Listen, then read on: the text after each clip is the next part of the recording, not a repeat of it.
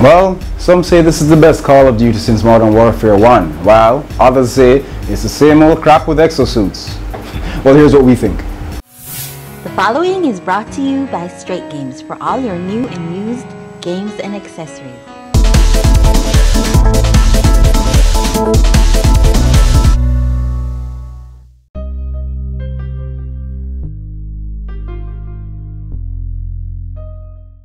What you're seeing is advanced warfare.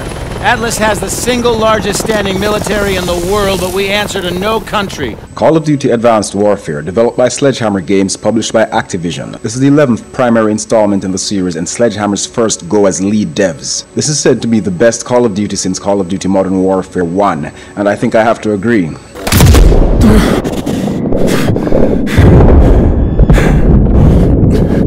Got him! The year is 2054 and you're Private Jack Mitchell, a soldier in the US Marines who's part of an assault on North Korea. While in this war, your friend Will Irons suffers a tragic fate. It's okay. I'll see you on the other side. While at his funeral, you meet his father, Jonathan Irons, played by Kevin Spacey. He offers you pretty much a golden opportunity, and seeing as how part of this opportunity involved a replacement for your severed arm, you jumped at it. You deserve to fight for a military that's as effective as you are. The first major mission as a member of the newly joined private army known as Atlas is to take down a terrorist group known as the KVA, led by some lunatic named Hades. But after taking Hades out, that's when things all get twisted. The crap hits the fan and all hell breaks loose. I'll try not to spoil any more of the story for you, but I said all of this to say I like the story of Advanced Warfare, and it's well executed by some fine AAA actors who all brought their respective A games. Cormac, our Pitbull's out of action. Proceeding on foot. The visuals are exactly what I expected, top of the line. Not like the disappointment I endured with Call of Duty Ghosts on the Wii U. Everything is crisp and sharp, all details in place, every particle effect absolutely brilliant. There's this one multiplayer map where to this day I can't get over the chains moving as you pass through them. I thought Rise did the facial features and animation superbly, but Advanced Warfare takes it up another notch. Fantastic opportunities for Atlas. The controls are fluid and perfect, exactly what I've come to expect and appreciate. Sometimes I miss up on a double jump, but that's not really the game's fault. And the double jumps were also a pleasant surprise, as I was worried they might end up floaty like Destiny. They're not. Exo dashes also take some getting used to, but lucky for me, I don't use exo abilities that much, and of course I'm referring to multiplayer, as you're pretty much told when to use them in campaign. I'll get to that in a bit. I'm able to play Advanced Warfare's multiplayer old school, and that's one of the up points of multiplayer. I'll elaborate on that in a minute. The campaign's difficulty is again what I've grown accustomed to. It might seem a bit intimidating at first to select the highest difficulty, but trust me, that's the way Call of Duty was meant to be played. Campaign is also a training ground for multiplayer, so I'd advise all noobs to go at it on the hardest setting in order to be even the slightest bit ready for the lobbies. Clear them out fast.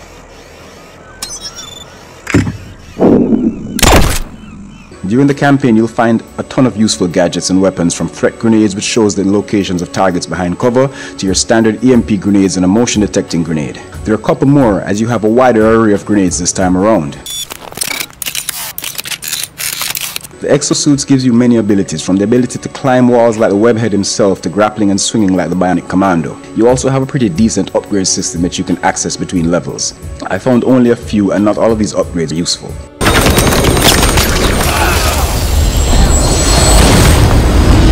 Advanced Warfare takes a lot of elements from past games, however, and seem to be trying to pass them off as new and groundbreaking. Either that, or they're just trying to say it's been done before, but they're doing it better, which isn't necessarily the case.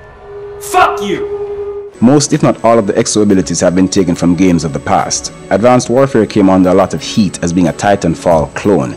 Now, while I don't completely agree, there's some serious similarities. At one point I actually heard someone call an enemy a Titan. Mitchell! Grab that launcher and take down that Titan! But everything else seems borrowed. Think back to games like Ghost Recon and Killzone for the whole threat grenade thing. Think back to Crysis and Titanfall. Trust me, cloaks, double jumping and exosuits, nothing original there. We've been using car doors as shields probably from before Army of Two. Even the name reminds me of Ghost Recon Advanced Warfighter. Fuck that guy. The linear use of your exosuit brings me to another point. Call of Duty in general is known for its hand-holding, but Advanced Warfare seems to take it real far. At least it seems that way. So many things in the campaign feel so linear and set in stone. You can't use your exo abilities whenever and however you'd like to. It's certain abilities for certain stages. Even the stealth stages seem rigged. I understand the whole Hollywood blockbuster feel that the devs are going for, but Advanced Warfare feels really similar to this retro game called Time Gal back on the Sega CD, where you basically played a pre-rendered game with very little in the way of choice. You're almost there! Just grapple up that tower! Keep heading up! Grapple to that ledge! Every stage feels like, well, now it's time to climb a wall, now it's time to grapple from roof to roof, now it's time to boost jump, and so on. We'll have to use our mag grips. It's fine really, as we know what to expect from Call of Duty, and people new to it might be too busy to notice the babysitting, but trust me, a little of that non-linear freedom we get from games like GTA or Far Cry or even Deus Ex would be appreciated. I think you are whatever I tell you to be. Some good news and bad news. Well, the bad news is contextual lean is no longer in. It was there in Ghosts and it's gone now. The good news, well, we got two really useful perks. We have Fast Hand and we have Gung Ho. Fast Hand allows you to sprint and reload, while Gung Ho allows you to sprint and shoot. Well, all I can say is it's about time. Why remove the lean though? It was so useful in the campaign. But that just isn't the case anymore. Let's be real here for a second. When these devs get together and have their pre-development planning sessions, who decides that this kind of crap is okay? On whose authority is this kind of nonsense greenlit? On my authority! As usual, your squad in the typical Call of Duty fashion serves no purpose, other than cheerleading and pointing out the obvious. You do all the real work. You get that finger yet? The multiplayer. Well, at the risk of making this a 20-minute long review, I'm going to have to split some of it up in a future lobby, but let me give you a quick run through and my opinion on it. As usual, we have many modes to choose from: Team Deathmatch, Domination, Search and Destroy, Momentum, Uplink, Hardpoint, Kill Confirmed, Capture the Flag, Free for All, and where you go if you ever want to find me in a Call of Duty multiplayer lobby, the hardcore modes, also if you where you can go classic with no exo abilities. There's also a 4-player co-op survival. Although horde modes never really appeal to me, it's worth a shot and can promise hours of fun. One of my favorite parts of the multiplayer experience is the ability or choice to play it old school and still make headway. Although every AAA military shooter seems to be going in this vertical warfare direction, you can still play Call of Duty Advanced Warfare without flying all over the screen and not get dominated. I do use the exo abilities, but just not as often as I thought I'd be forced to. You have a flexible upgrade system in multiplayer as well through the use of a Pick 13 system, which allows you to customize your loadout in a number of ways. I'll go into this in more detail in a future lobby.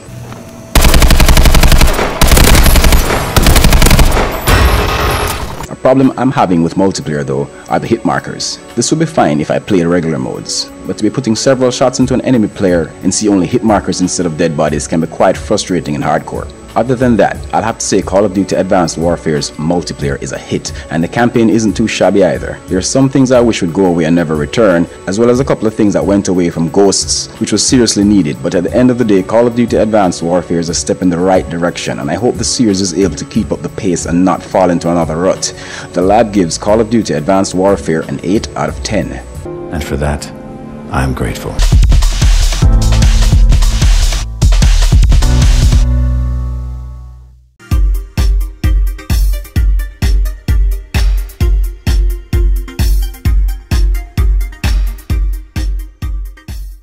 After the break, we talked to Rans from the Sweden-based indie studio Astro Joan about their Kickstarter campaign for their side-scroller Buck and Miles.